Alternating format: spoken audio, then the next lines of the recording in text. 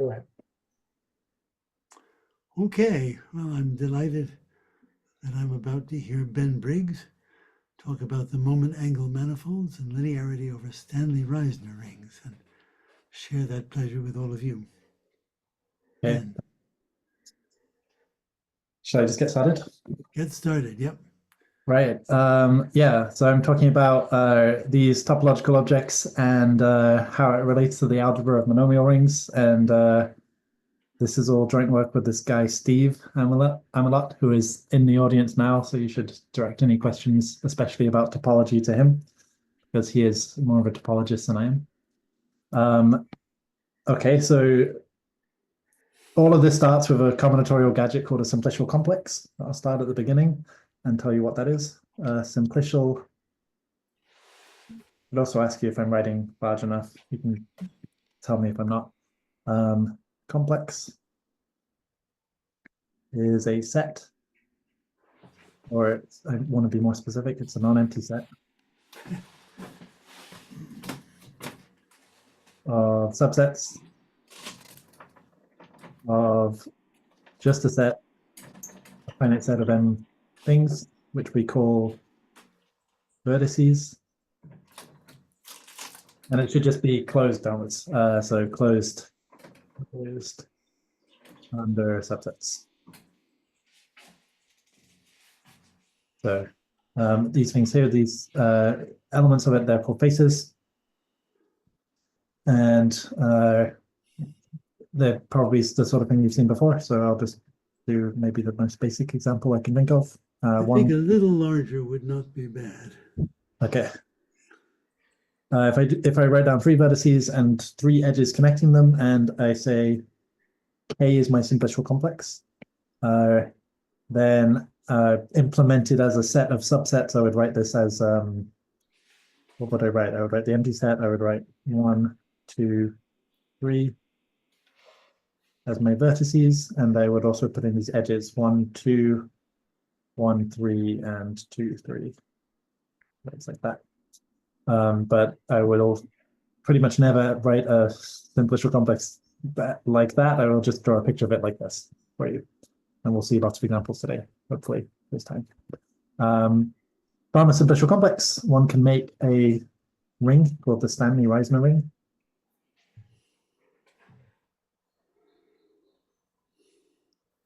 Of K over a field, which I'll also call K for confusing reasons. Hopefully it will not look too confusing. It is written often something like this, and it is the quotient of a polynomial ring in m variables by the ideal of non-face monomials corresponding to non-faces of K. So xi1 dot dot dot xin, let's say, such that I1 up to IM is not an element of K. Okay. And my polynomial ring will always be called S, and my Stanley-Reisner ideal, this ideal which I've just written down, will always be called IK. So we can think of this, I mean, it's a monomial ring. It's a quotient of a polynomial ring by monomials, and actually they're square-free monomials, right? And every square-free monomial ring is of this form.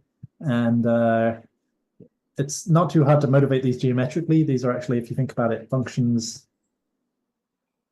on what I'll call the cone of K. So i.e., like this. So K dot K is going to be the union over all the faces of K.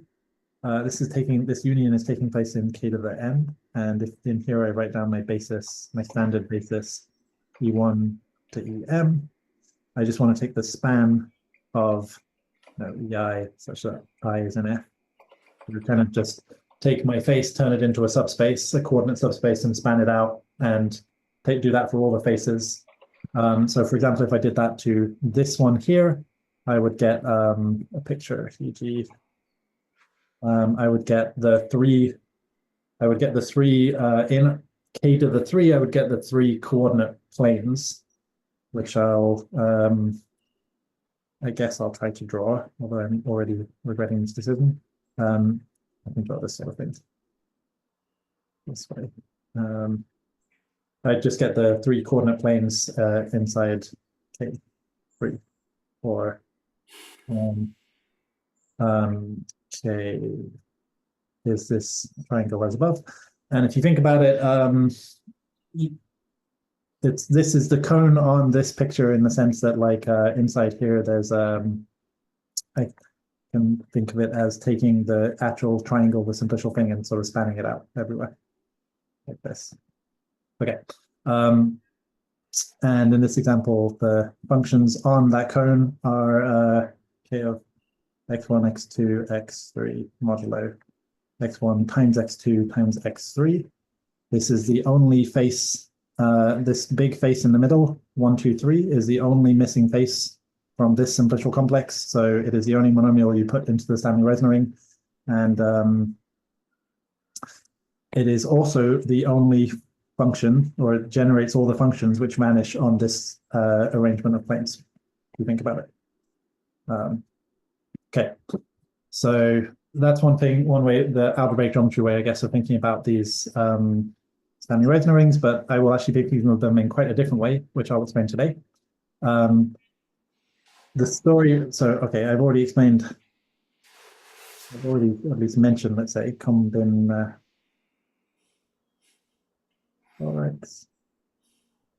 of a simplicial complex K.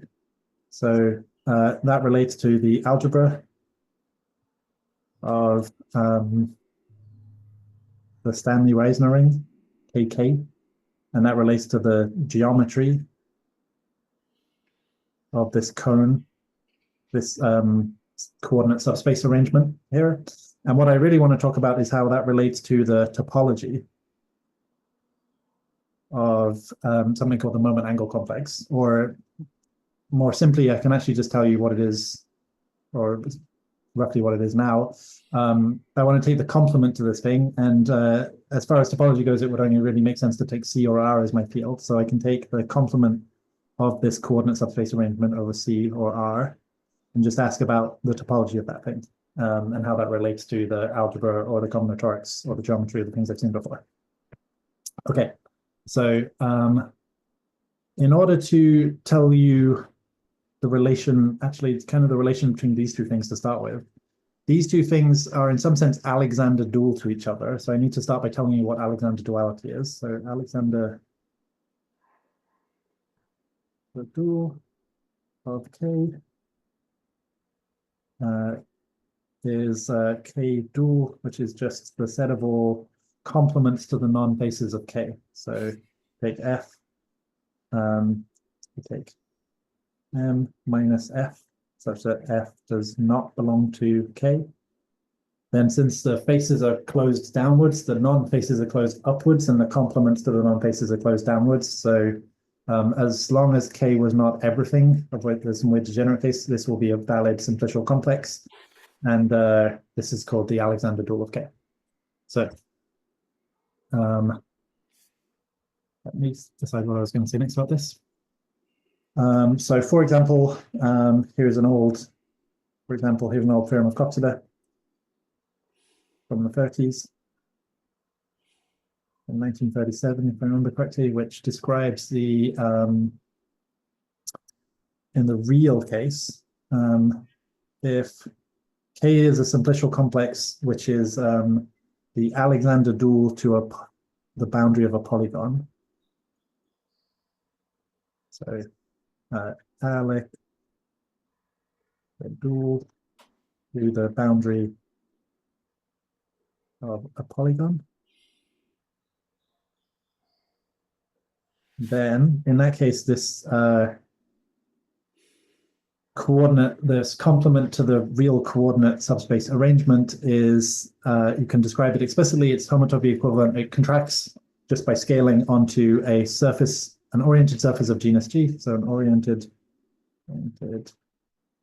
surface of genus G, where G is 1 plus m minus 4 times 2 to the m minus 1, where m is the number of vertices. So like this.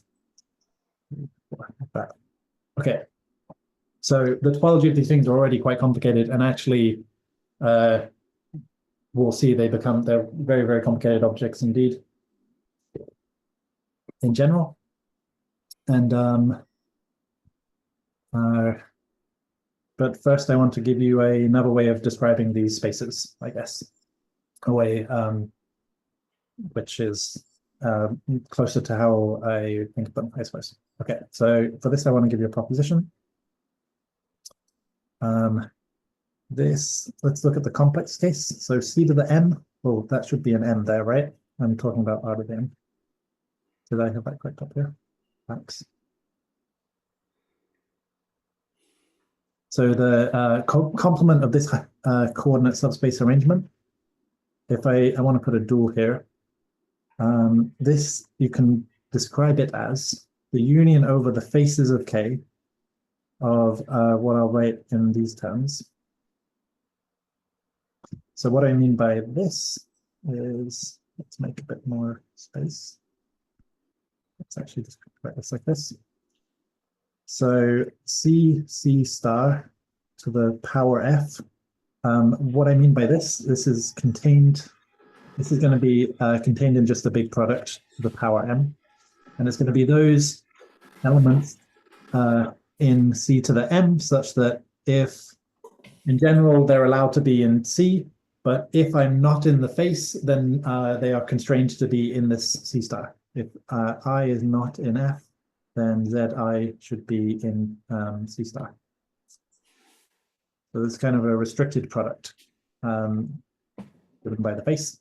And I take the union of all these restricted products, and that just turns out to be literally identical to the complement of the subspace arrangement of the Alexander dual of K. This is homotopy equivalent that canonically contracts onto just replacing this with the disk, the two-dimensional disk of all complex numbers of size less than or equal to 1, and the boundary of that disk, S1, power F. So I've used the same notation again. So I can just go in here and tell you that this is quite a general thing. I could put any space here and any subspace of that and write down this restricted product like that, where certain coordinates are restricted to lie in the subspace according to what F is. And in general, you can play this game of putting different pairs of spaces here and getting interesting things out of this construction. These are called polyhedral products in general, because often one would start with polyhedron instead of simplicial complex, and you get lots of interesting things out of them. This is the choice I will be making today. And this has a name, so this thing here, definition. This space is called the moment angle complex, or it might be better to just call it the moment angle space, but because it's just a topological space of K, and it's written Z sub K. Right. So this space is the one I'll be talking about today. And let's just make a note. It is not just a topological space. It also has an action of a torus on it. So T, the S1 to the power M, acts on ZK by rotations, by coordinate-wise rotations. So just all of these disks can be rotated, and the circles can also be rotated, and just component-wise. And so the action of this torus on the big space coordinate-wise rotating every coordinate restricts to this subspace here. And I guess this torus action is why people call this area of mathematics toric topology, and it's why it's related to other toric things like toric varieties. So for example, every smooth projective toric variety occurs as a quotient of one of these, as a quotient of some zk by some canonically chosen freely acting subtorus of this given torus action. And you also get tons of other things. You get quasi-toric manifolds as well, which are like a nice generalization of toric varieties. And you get obviously tons of other interesting spaces showing up. And the name of the game is to try to understand their topology, or maybe their homotopy type, and how that relates to the algebra of the Stanley-Reisner ring. So I can give you one such theorem right away, in fact. So here's a theorem of Chi from relatively recently, 2017, that says that the space Zk is a manifold if and only if the Stanley-Reisner ring is a Gorenstein ring. Nice. Pretty reasonable, like pretty like that some kind of Gorenstein duality here would correspond to having Poincare duality here, and it does correspond exactly with that.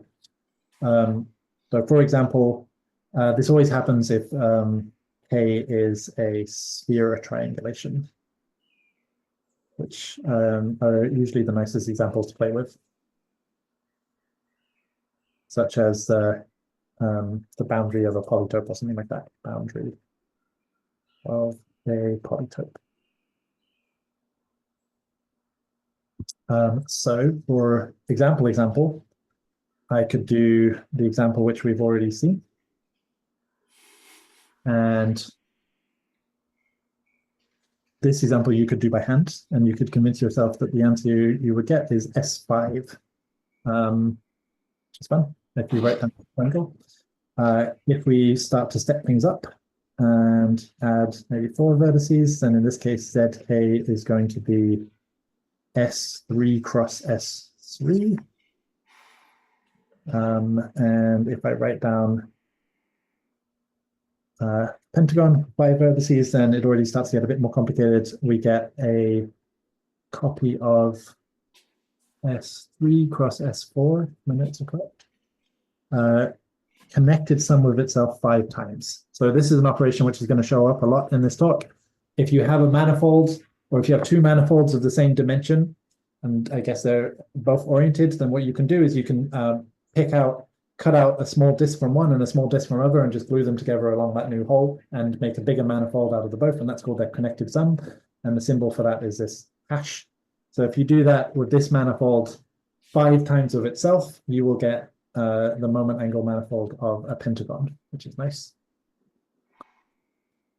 So here's, in fact, a theorem sort of generalizing all of these examples. So here's a theorem of Bittler.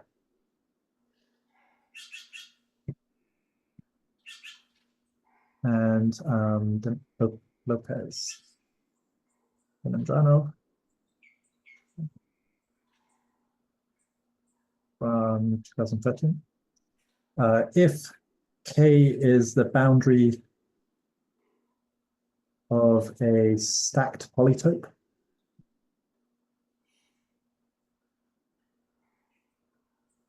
what that means is you start with the simplest type of polytope you can imagine, which is just a simplex, or in this dimension it would be a triangle.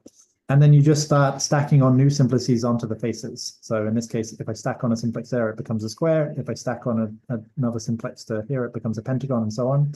So in for one-dimensional things, stacked polytopes just give you all boundaries of polygons. In general, they give you quite complicated and interesting polytopes, but definitely not all polytopes by any means. So for example, in that case, and they do a few other examples, or quite a few other classes of examples, but if you have a stacked polytope, then this behavior is quite general. Then K is homeomorphic to a connected sum of sphere products. So you take some products of some spheres, and then you take connected sums of them. So it's pretty well understood in that case what's going on. And you mean ZK there, right? Not K itself? I do mean that. Well, it's really useful to have the voice of Steve Amelotte doing things, yeah, in the background. Yeah, so in this case, it's a manifold because these things are all boundaries of spheres. Yeah, whoops, these things are all giving you Gorenstein rings, and you get this manifold. Okay, so let me get back quite generally to how the topology of these things relates to the Stanley-Reisner ring, because we haven't seen the Stanley-Reisner ring in a bit. So here is a theorem. I think I'm not entirely sure who's best to attribute this, but Pascal, Buchstabe, Panov are probably good names, and I'll throw in Hochster here for reasons that you'll see in a sec. The Stanley-Reisner ring does show up topologically, and it is none other than the equivariant cohomology of this moment angle manifold. And I should throw in some coefficients in K. So this is a topological space. We can take its cohomology, but it also has a torus acting on it. And there is a certain type of cohomology called equivariant cohomology, which accounts for that torus action, written like this. And if you take that equivariant cohomology, you just get back the Stanley-Reisner ring. And the grading here is definitely worth remarking. It is like as often in these situations, the topological situation is double the algebraic dating. So the I here corresponds to a 2I here. Okay. I'm very zoomed in. So let's go like that. Okay, and if you don't like equivariant cohomology, we can also take the regular old cohomology. So the regular old cohomology of the moment angle manifold, or moment angle complex in general, is isomorphic to the Tor algebra, or the Cajole homology, if you prefer, of the Stanley-Reisner ring, with coefficients in K. And I'll throw this on, although I'm not going to talk about it very much. You can also quite directly compute this from the combinatorics of the simplicial complex itself by taking the direct sum over all subsets of M of the reduced simplicial homology of the full subcomplex of K on that subset. So I don't fully have time to get into what this is, but this is actually a very, very concrete and computable object. And this is watch this. This is the watch this formula, which is quite an amazingly useful way of computing these things combinatorially. But I want to focus on this side of things, and I should also tell you what's the funny thing going on with the grading here. So in this case, there's various gradings going on here. So if I would put an n here and a internal grading I here, that would correspond to 2I minus n over here. Okay, so let's just do a quick example to make sure we can match up those things. Sorry, can I ask a quick question? Of course. Just for sanity check, because there's two different Ks going on here. In the middle term, there's a script K that's not curly. I presume that's an integer. It doesn't appear on the other sides, does it? Script K. Like inside the bracket, that K is This one. different. Yes. That's the simplicial complex. Oh. Sure. Oh, yeah. And it does... It shows up here. Oh, I see. That's the subscript. Okay. Sorry. Okay. Thank you. Yeah. The K always goes on with Z as indicating that it's the moment angle complex associated to K. So that's capital K. That goes in. Okay, so for example, in this case, 1, 2, 3, the Stanley-Reisner ring, as we saw, is S modulo x1, x2, x3, and we can write down the resolution of it like that over S very simply. So just a little hypersurface ring. And so we can compute Tor and just say that it is one-dimensional in degree 0 and one-dimensional in degree 1.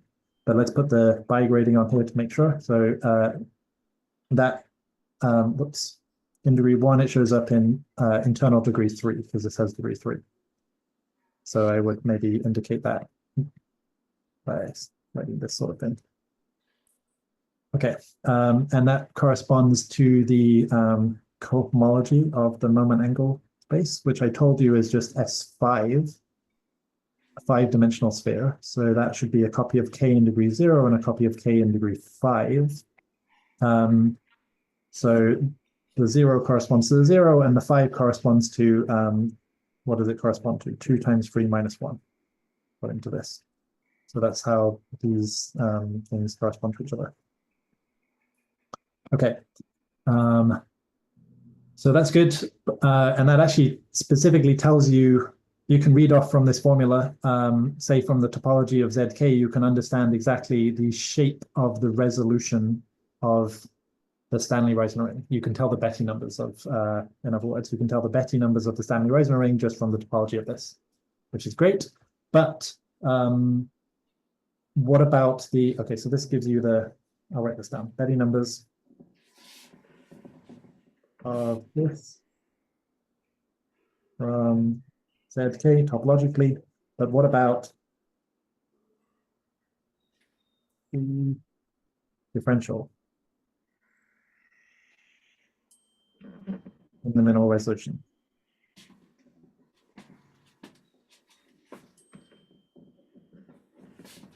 So in this case, the resolution was quite simple, and it was very easy to understand that the differential was just multiplication by this element.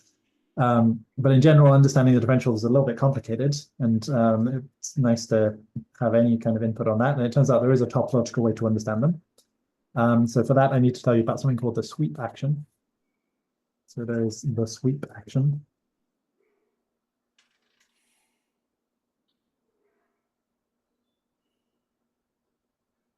So the coordinate circle, so if you fix coordinate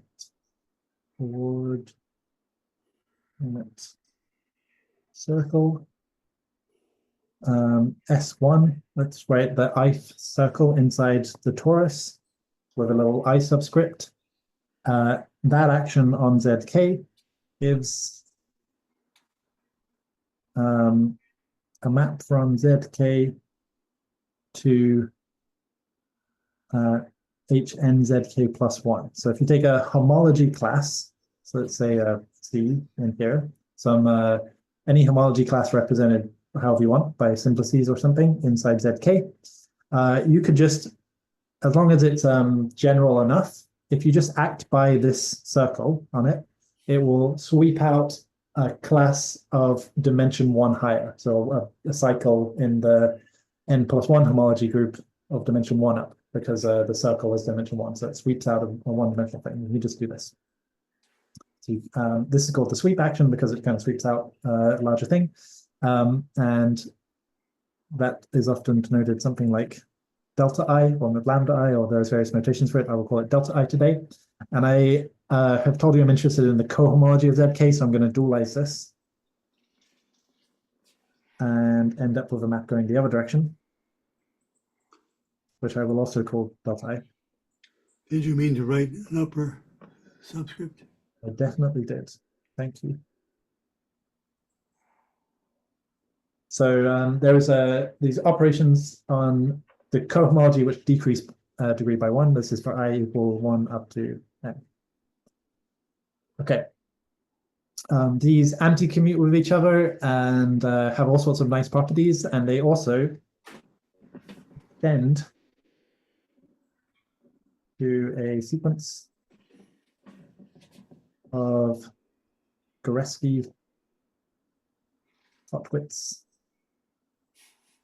Oops. Kotwitz. McPherson. Cohomology operations. Cohomology operations. Delta I from these are going to be indexed by subsets of 1 up to n now. And they are similarly acting on cohomology, but their degrees are now decreases degree by 2 times the size of I plus 1. ZK. Okay. Strictly speaking, so these can be sort of, I'm not going to get into the definition of them because they're just fiddly things about lifting maps between various things, but they are roughly similar to Massey products, if you've heard of these things, and there's a similar caveat that strictly speaking, these things are only well defined on the vanishing of the previous ones, if you've heard of how Massey operations work. And just as in the case of Massey operations, you can actually make choices to make them defined everywhere, which is what I'm going to do. And then you can compute them in various ways. You can compute them topologically or algebraically or combinatorially, and however you choose to do that, it turns out, assemble into giving you, they're the data that gives you the differentials in the minimal resolution of your Stanley-Reisner ring. So here's a theorem of which is written in a paper from last year. It's a sort of standard perturbation methods that can be done in various ways, but it's quite illuminating, I think. Basically, the operators delta I, where I contains an M, assemble into the differential in the minimal resolution of this over the polymer ring. I have So a what question, Ben. Yeah. In other such formulas that I've seen, one needs the rational numbers. Are denominators creeping into this or not? No denominators at all. This is for any field. So this is coefficients in a field K, any field K. We definitely don't need any rationality for this sort of thing. So the minimal resolution of the Stanley-Reisner ring, it looks like, okay, so it's always a free S module. So I can write it as a vector space tensored with S, and this vector space that you get here is always Tor, the Tor algebra that we saw up here. And we saw that it's the same size as, it's isomorphic to the cohomology of the thing. So I'm just going to throw that in. We can put in here the cohomology of the moment angle complex. And I just got to tell you what the differential is here. The differential is, on the left-hand side, we use these cohomology operations. And on the right-hand side, we put in these, the monomial, which corresponds to that cohomology operation. So here, xi is just the product over I and I of xi, I suppose. And that is a minimal resolution of the Stanley-Reisner ring. Okay. So, and of course, the interesting thing here to keep track of is the way in which this becomes a complex is by the homological grading on Tor, which I told you shows up in some slightly funny way inside this. So this star here is not the same star as the complex grading. That sort of can be extracted from it though. So for example, I can just scroll back up to our, let's go back up here. In this example, we already saw the whole minimal resolution, right? And how are we supposed to interpret that? The way we interpret that is saying that, okay, on the cohomology of my moment angle complex, which in this case was just a 5-dimensional sphere, there should be a cohomology operation. And there is one. It goes down from the top degree, from degree 5 to the bottom degree, and it is delta 1, 2, 3. If you check my assertions about how the degrees work, this delta 1, 2, 3 does have degree -5. And that corresponds to the fact that on this, so we can write it as k tends to this and k tends to this, where this k here is this one and this k here is this one. And the minimal resolution is built by taking that cohomology operator from the degree 5 to the degree 0 and multiplying it by the corresponding monomial, which is x1, x2, x3. So from that, you read off that the minimal resolution is this, as it obviously is. Okay. So, and we'll see maybe some more complicated examples shortly. Okay. Are there any other questions?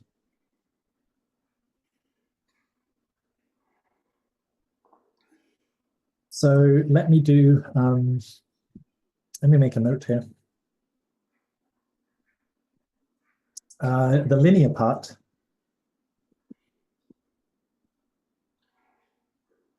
of the resolution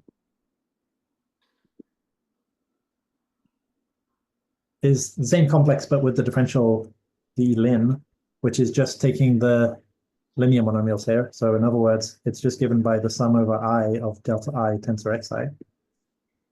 Is just governed by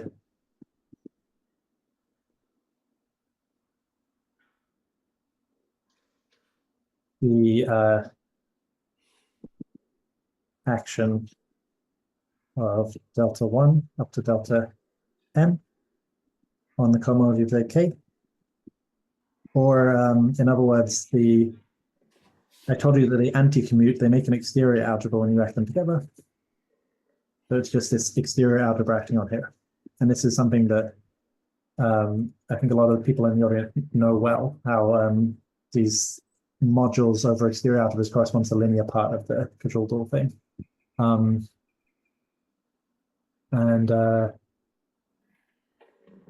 What else? Oh yeah, I wanted to also mention that if one goes and interprets these combinatorially in terms of the Hofstede's decomposition, there's a very nice way to describe what these delta i's are, and the fact that those correspond to the linear part of the resolution is a result of Cotain. It describes the linear part of the resolution in terms of the Hofstede's decomposition. So that's great. You can sort of recover that from this perspective, which is quite nice. I want to write down some other results about linear resolutions and stuff. So I'll just write down various results just to give, well, just so that we know that there's lots of results with this one. So here, for example, is a theorem of Egan and Reiner.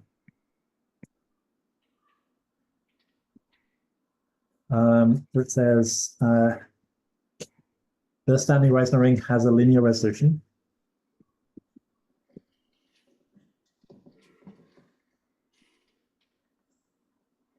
By which I mean that all the Betti numbers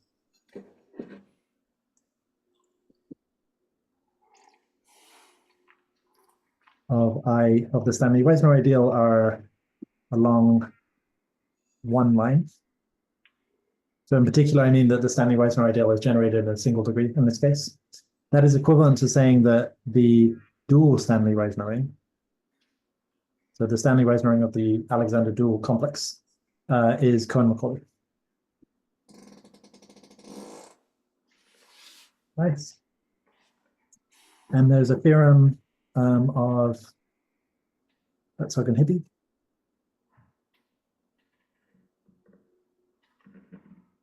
which generalizes this to the case where I can be generated, where the Stanley-Reisner ideal can be generated in various degrees, which just says that the Stanley-Reisner ring has a component-wise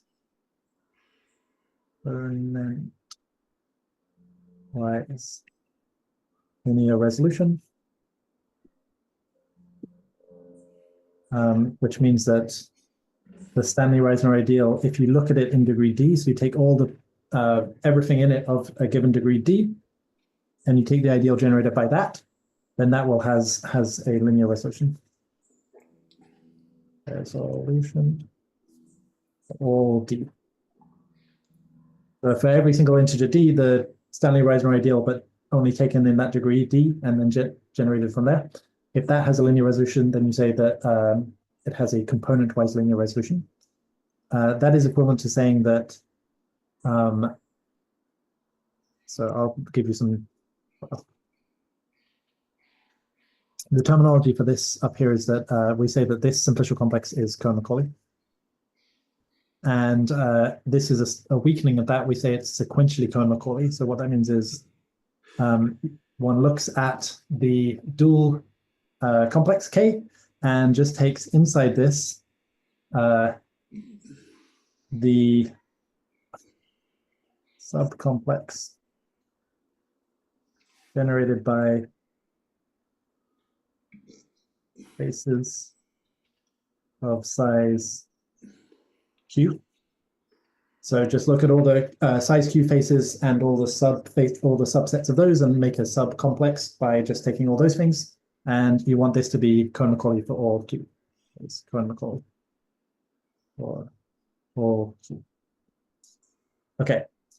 So it is actually quite well understood. Not that these are necessarily very easy things to check, but lots is known about linearity. And I still want to write up yet one more theorem because it's quite a lot known. This one is a theorem of Roma, which says that this has a component-wise linear resolution if and only if when one takes the minimal resolution of the Stanley-Reisner ideal. Oops. The linear part of it, so i.e. just taking the linear part of the differential as I mentioned before, this is a cyclic. So the homology of it is 0 for I greater than 0. Okay, so one can detect just from the linear part whether you have a component-wise linear resolution. And let me mention another result, finally getting back to what I was talking about homotopy types of these things. So here is a theorem of... Would you clarify what you mean by delta lin? Yes, so delta lin is this thing here. It is the linear part of the differential, just obtained from the differential by throwing a setting to 0 all monomials of degree 2 or more. Okay. And then f, the linear part of f is what one gets by doing this. Yep, okay. So here's a result of Fourier and Kishimoto.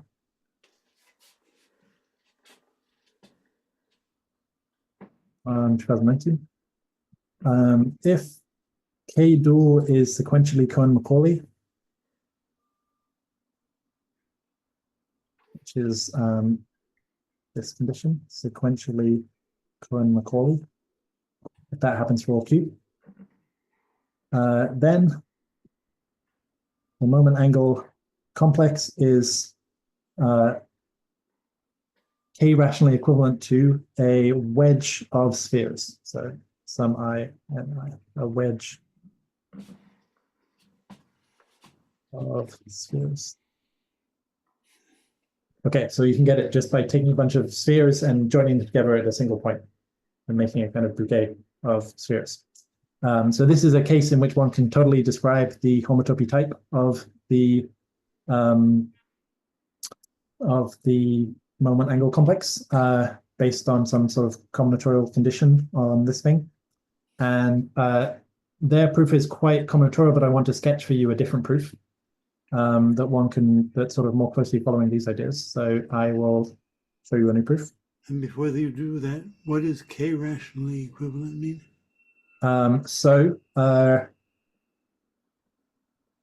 Let's say it means that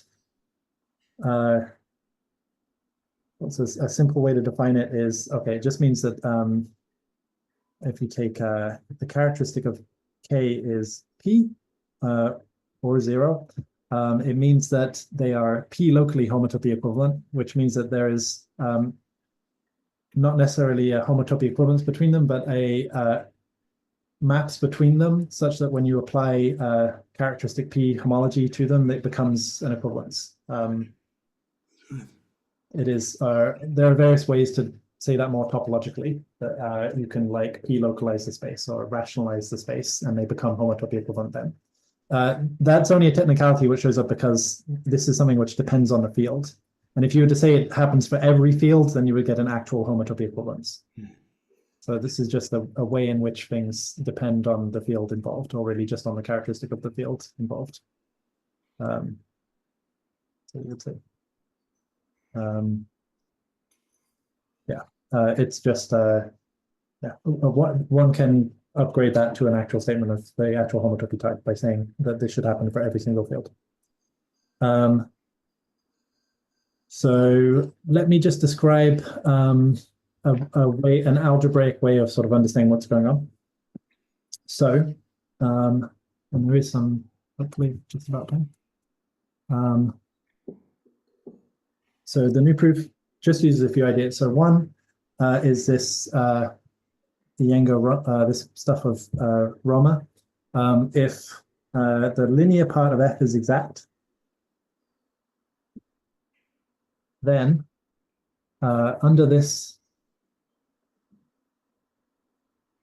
action of this exterior algebra, which I told you about, when I take the cohomology of my zk, I told you that that is isomorphic to, well, actually I want to put homology here. So I want to put x here, the dual of tor.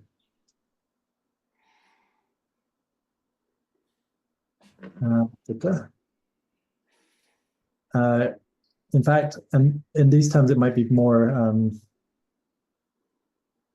familiar just to point out that there is an exterior algebra acting here. It's just the X algebra of S. And that's the same exterior algebra as this sweep action here.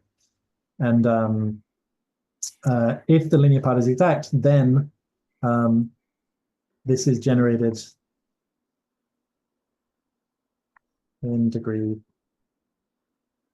0 and 1 under the lambda action. So let's call this lambda.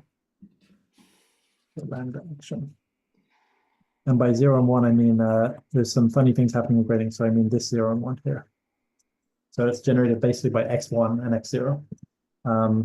Okay. And 2, there is a Hurwitz map that goes from the homotopy groups of zk to the homology groups of k. And once again, this thing can be computed algebraically. It's the X algebra of the Stanley-Reisner ring, like this, a little bit. It's the X module of the Stanley-Reisner ring. And this thing actually can be computed algebraically. It's the homotopy Lie algebra of the Stanley-Reisner ring. And so there's this sort of, one can view the Hurwitz map that goes from homotopy to homology in algebraic terms if one wants. This surjects on to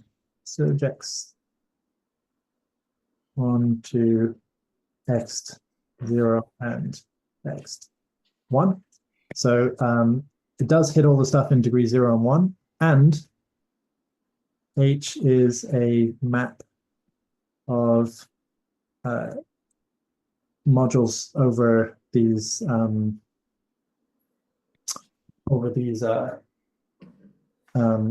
cohomology operations. So these operations, remember, they act on here. They increase degree by 1 on the homology, and they act as a kind of exterior algebra here. You can also make them act on homotopy, but they don't commute there. Something strange happens, so I'm writing a tensor algebra instead of a lambda. But this Hurwitz map is still compatible with them, and the Hurwitz map, yeah, is a map of modules with respect to them. Basically, we can deduce, so from 1 and 2, we deduce that H must be surjective because I told you that this is generated in degree 0 and 1. And the Hurwitz map always hits degree 0 and 1, and always is a map that's like compatible with this lambda action. And so if it hits degree 0 and 1, then it hits everything that it generates. And so it hits everything in this case.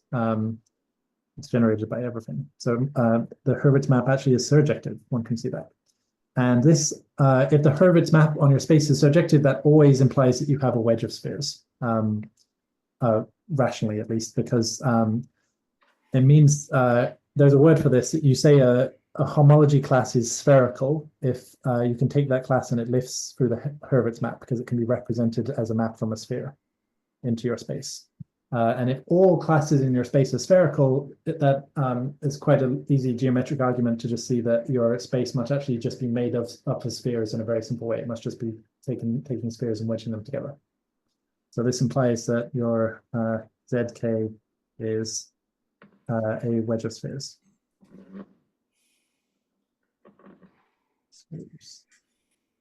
And this is K rationally because I'm taking K homology. Just because I've taken coefficients in K to do this. But... Okay, so that's how one can see this result.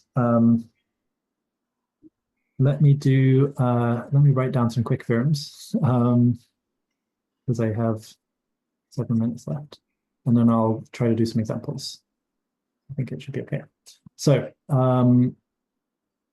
let me just point out that this is all well and good, but these spaces are never manifolds unless you only have one sphere. So basically, wedge of spheres can never be a manifold if you have one sphere. And algebraically, that's also clear. If you have a linear resolution, you cannot have a Gorenstein ring. That's impossible. So let's just do a quick example. Note this linearity can never happen for ZK being a manifold, or equivalently for the Stanley-Reisner ring being Gorenstein. Let me just give an example to illustrate that. If I take the following sphere triangulation, so I'm going to take a simplex, and then I'm going to add a simplex onto this space here, and add a simplex onto this space as well. So I'm thinking of this as a two-sphere with all of the outer faces on here and none of the other faces on here. And we can draw this as like this thing. It has 6 vertices, if I remember correctly. And I should give you a numbering. So I'm going to give you the following numbering. It's going to be 1, 2, 3, 4, 5, 6. And you can check if you want that the missing edges here are, okay, there's a missing edge here, there's a missing edge here, and a missing edge here. And there's also these faces in the middle which are missing. These faces in here, and that corresponds to, those faces are x1, x2, x3, x1, x2, x4, x5, x6 was that edge along the top, x3, x5, and then x7. No, that doesn't make any sense. Can't read my notes. That's a 4. x6. Okay. So if I write down the Beddy table of this, and if I have time, I'll also write down the cohomology and show what's going on there a little bit later. This ideal has, or the ring has projective dimension 3. So if I go like this, 0, 1, 2, 3, my Beddy table looks like 1. There's a 3, 2, 2, 3, 1. Okay. So this corresponds, these are the relations. There's 2 of degree 3, and there's 3 of degree 2. And it turns out there's some nice symmetry in this case. And I just wanted to point out that because of Poincare duality, because this is a Gorenstein ring, because this is a sphere triangulation, there has to be some symmetry in the Beddy table. These are always nonlinear because these are given by the relations themselves. And that means the last differential also has to be nonlinear. So the last differential in when you have a Gorenstein ring can never be linear. So you cannot have this any of this behavior which we've been talking about. So I need to give you an analog of this in the Gorenstein case. And that's what this talk is actually about. In the last few minutes, I'll just write down some theorems about how that works. So I will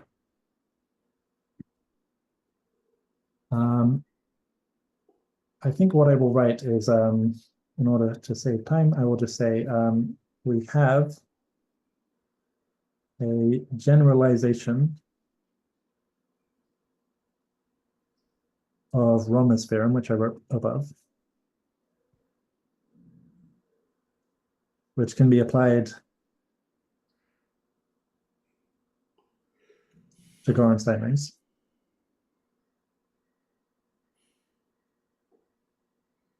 Where the end of the differential is allowed to be nonlinear. And from that, we can deduce a theorem that says this is almost, sorry. I need to give you some definitions for this. So definition. This is almost component-wise linear.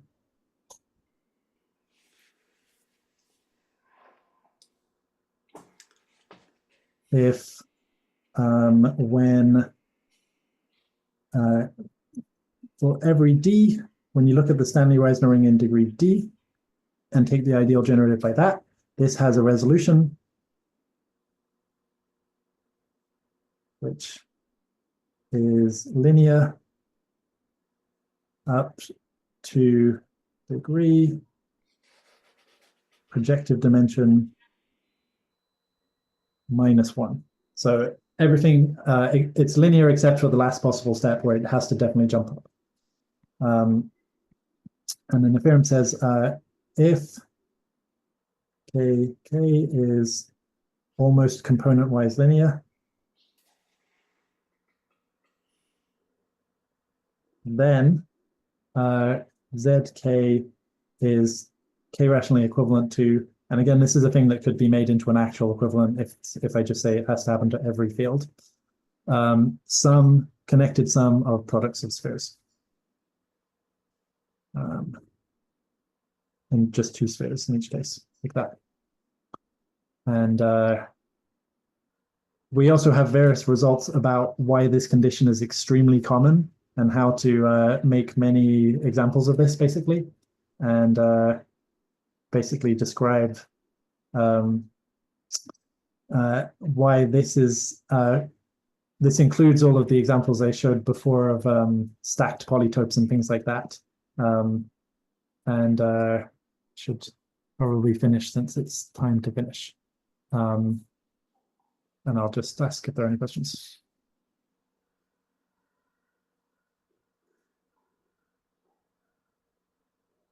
And if there are no questions, I can do lots of examples, which will probably be fun.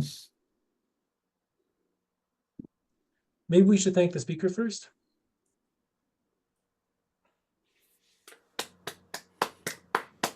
Okay, so okay, questions are in order.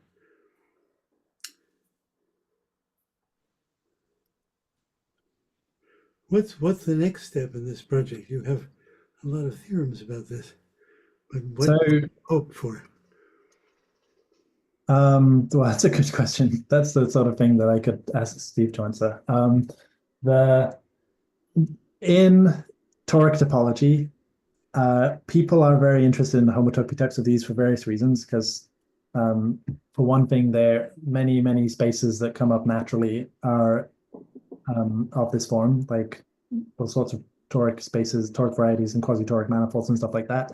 And people really want to know the homotopy types of them for various reasons, because they do have very complicated homotopy types often, and it's just nice to be able to completely describe them. There are all sorts of papers about from a given combinatorial condition on K, you can describe the homotopy type of this as something. And this result is supposed to generalize quite a few of those. As for what's next,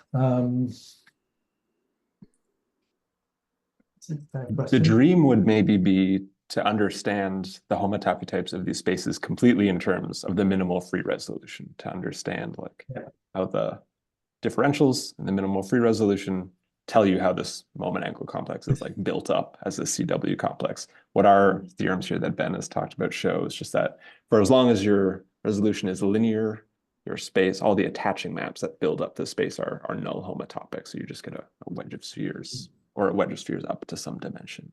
Yeah. It's quite well, the proof of this is very algebraic, but it means quite an explicit topological thing about the as long as this resolution is linear for as long as it can be, the way in which this space is built is very simple, like by gluing together spheres and disks and stuff. It's really quite simple until you get to the last step and you glue on a disk to make it into a manifold, and it becomes a thing. The dream is to understand even more closely how the algebra of the Stanley-Reisner ring, especially the data of the minimal resolution, and how that corresponds to understanding topologically what ZK looks like, basically. When I saw the homotopy algebra appear, I thought, aha, that's what is in this. That's where I don't know. It's not a very central tool. It shows up peripherally, but it is nice to see it pop up as this Hurwitz trick is quite useful, just knowing that the Hurwitz map has this algebraic property. And this is again another, it's a purely algebraic thing that you can do, with the homotopy of the algebra. It's true. Other questions, thoughts?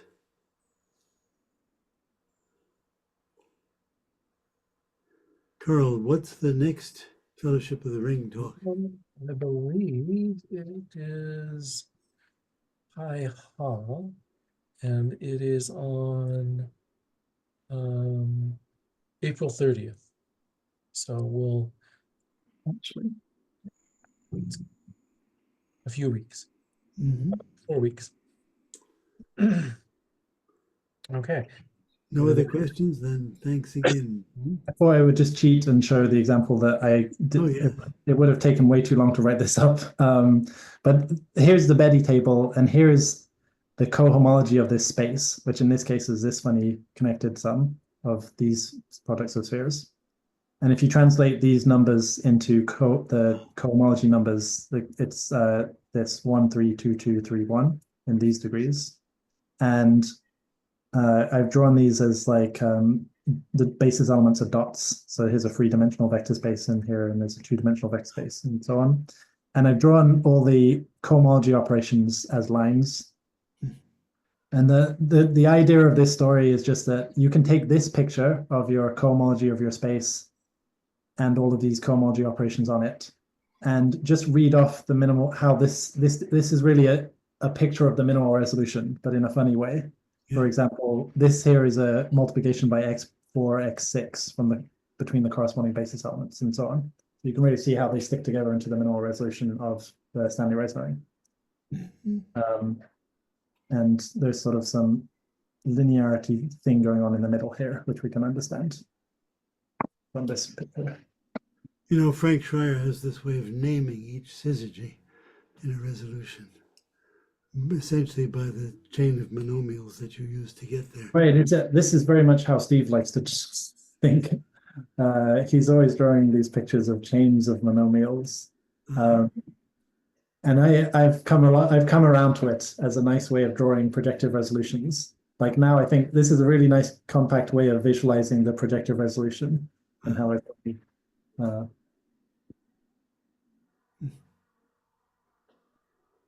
Kind of annotated Betty table. Yeah, it really is. Although it's written, things have been pulled apart into different places because of the degrees, but it's just the Betty table with lots of lines drawn onto it. Mm-hmm. All right, well, unless you have another picture to show us, I think we're... That's it. Yeah, we should do. Thank you very much again. Sure. You. Yeah.